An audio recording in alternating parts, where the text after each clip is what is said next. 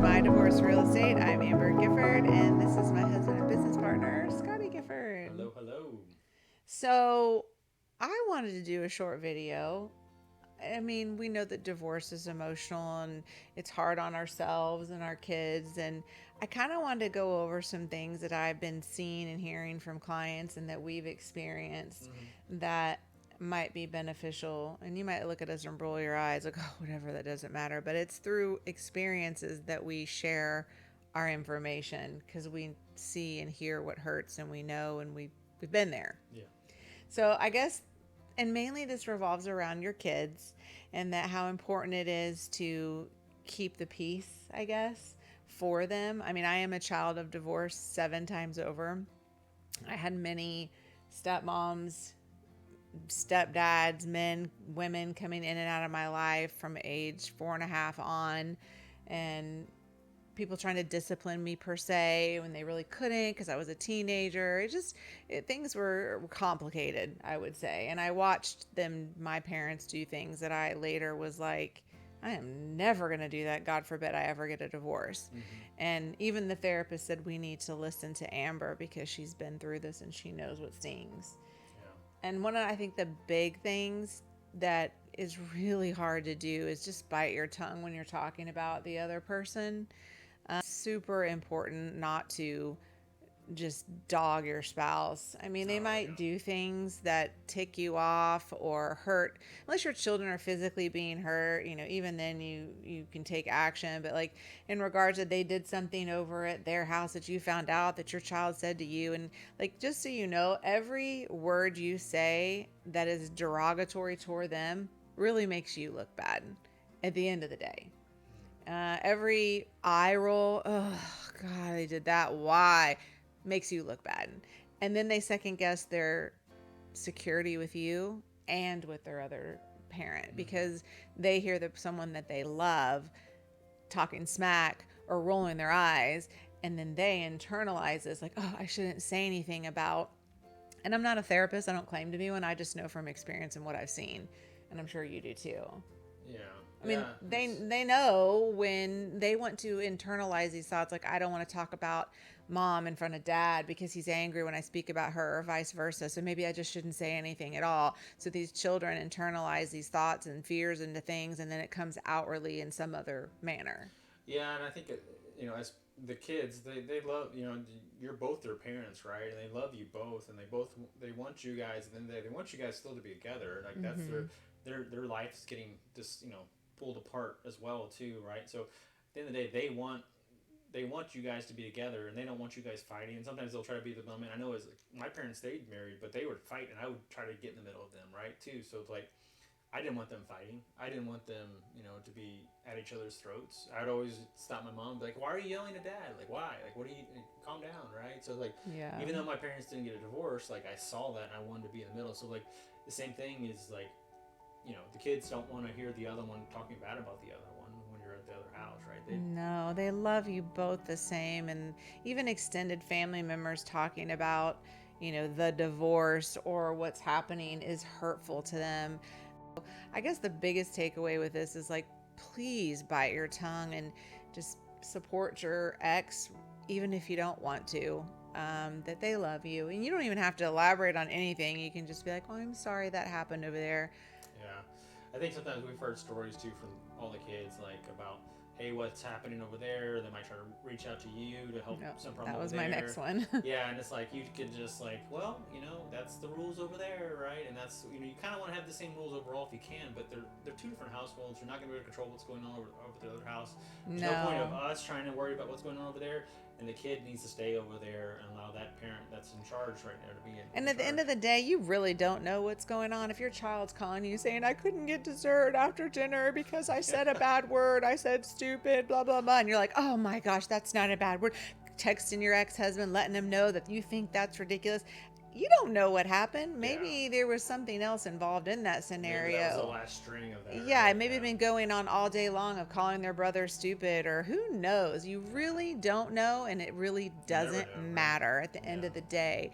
That parent needs to learn to co-parent with you and learn to discipline the kids the way they do it. You may not agree. You are divorced after all, so there's many things you won't agree on, but Yeah. you as a person, in order to have clarity and focus in your life and for yourself, you've got to let go of what's going on and being in control of the other side, because you can control nothing but yourself. Yeah, I think that's a lot of life, not just divorce, but like learning what you can control and what you can't, and giving away those things that you can't control. Because if you're trying to control everything, you're not going to be happy ever, because you're never going to be able to do that, and it's just gonna you're just gonna spiral, right, and spiral out of control. And I think sometimes giving those things back to God, the things you can't control, because He's the only one that can, right? So it's like, And maybe the other person is doing stuff you don't like or you don't think is right or it's wrong.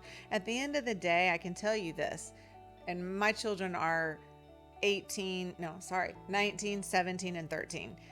At the end of the day, the most important skill, and my sister told me this when her children, who are adults now, they have to learn to be resilient.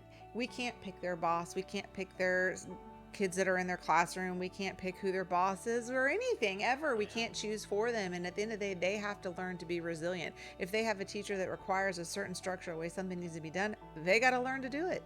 And if dad requires one thing and mom requires something different, mom lets them stand up and eat all the time, but we require them to sit down and put their elbows off the table, then that's the rule, and they have to learn to be resilient and follow each one. It's not the end of the world. yeah, just like we have different rules at a fancy restaurant versus the buffet, right? Like there's going to be different rules in life that you're Yeah, going to have to. stuff your face or put your napkin on your lap. Yeah. Yeah, I mean, it's true. That's a very good analogy. It is really true. I mean, I think it's in life. It's we all have struggles, and I think if we try to snowplow the path for the kids, sometimes, and as parents, we always want better for our kids than we have for ourselves. But sometimes those difficulties, those struggles, actually make them stronger and more resilient, and then they actually are more successful in life Yeah. because they face those problems. So, like trying to remove every problem or try to control everything, Can't. it's just Something else too that's really important is to not just call your home home. When you come home, you can show me. I don't know. It's at home. Their home is mom's house. Their home is dad's house. You should always refer to their home as when you're home with your father or you're home with your mother, because that is their home. Obviously, this doesn't apply to every situation, every scenario. We're just talking in the gist of things. It is, if you can be copacetic for the most part, and you don't have abuse or something like that, narcissism that's just control. But this is in the general mode. Like their home is both homes. And if you, the more you acknowledge that, and the more you acknowledge that their other spouse loves them too, and that their rules are their rules, the better off you're going to be in the long run and be respected because of it. I guarantee it. yeah, that's a good point. That's a good point. Oh yeah, Thank I'm you. sure we could. Oh, I have elaborate for another hours. one. Okay, here we go. Allowing your children to be present in the moment with your ex. That's Oh a yeah. really big one. Not reaching out unless they reach out to you. Of course, you need to know that they're safe and okay. And if you take a trip, know that they made it, things like that. But like on a weekend, general, it's over there, it's their time, and you want to reach out to them to ask them if they want something that you're buying. Like, try to refrain. Allow them to be present in the moment with the other person. That's their time, and they don't get as much time as you do necessarily. Or maybe it's in the reverse. Either way, like, obviously you love your kids and you want to let them know and you can check in, but overly checking in or sending messages or reaching out really in the end causes angst with your kids. They don't understand why you can't be alone and have to reach out to them all the time. If you're like, oh, I'm sad, I miss you, why are you sad? I know you love me, but you need to show them that you're confident and capable of being alone and enjoy time by yourself too, or with the person that you're married with, if you're married. Yeah, and I think that's important that they hear that you are fine without them too, because Yeah. they need to know that like this complex is going to happen if that you think you always have to be around, or they have to be always be around to make you happy. Like that's not good for them. It's not good for you either.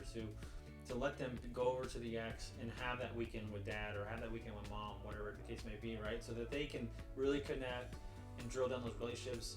And it's important that when the kids are away from us too, that we make sure we spend time doing things that or energize us and we enjoy Fuel too. ourselves. Yeah, like because I think at times in society of ours, we have the kids, and they get put kind of at the top of the list.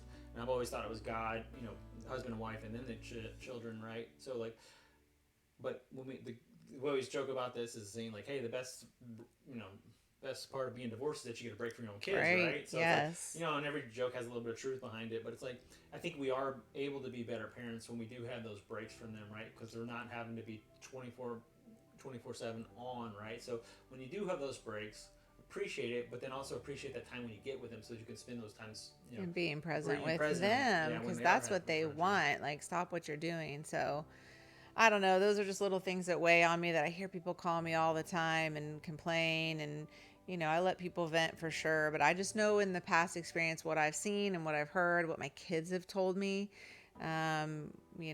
Asking questions. So and so asked me whose house I like better, and did you do this? And asking them questions in general. Like, you shouldn't ask anything about what's going on other than, did you have a great time? Tell me something fun you did. Just like school. Like, you shouldn't Yeah. be drilling them with questions of who's over there and what's going on and what What'd you car do? do they Where'd you go? drive. I mean, like, that just really makes you look bad at the end of the day, and it puts your child in the middle. They hurt and they don't understand. And if you think you're not doing damage, you're doing damage. Just Google it. Yeah, I think it's great to say, like, hey, always be conscious of those questions that you're asking. And it should be like, if you want to make sure they're safe and they're protected, Yeah. but also just like let them, like, ask those open-ended questions, right? And really get to know about them and what they're thinking about it, because they might have spent the weekend over at dad's, but maybe they were really into the sports thing. They really want to talk about that and not about what they did and where they went, right? Or like, what was the thing that they're excited about, and get to know them better, and not just so much what they did and who they did it with and everything like Yeah. that. So I don't know. share, but I think it is important because we do have these conversations a lot with a lot of our different clients at different stages, and let them know that, hey, it's like, it's tough. It's It tough is being away tough. from your kids, and it's tough, being out of control of some things you were used to being in control of. But I think it's important to know that you're gonna be okay. They're gonna be okay. Everybody's going to be okay at the end of the day. We all grow up and move on. So, Yeah.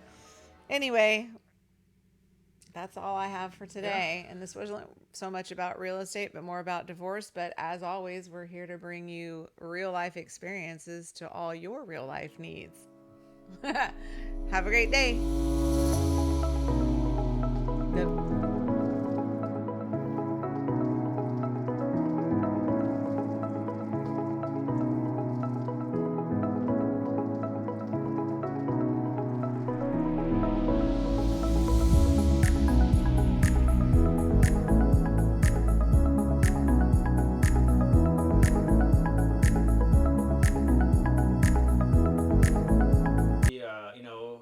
The more you know. The better off you'll be in divorce.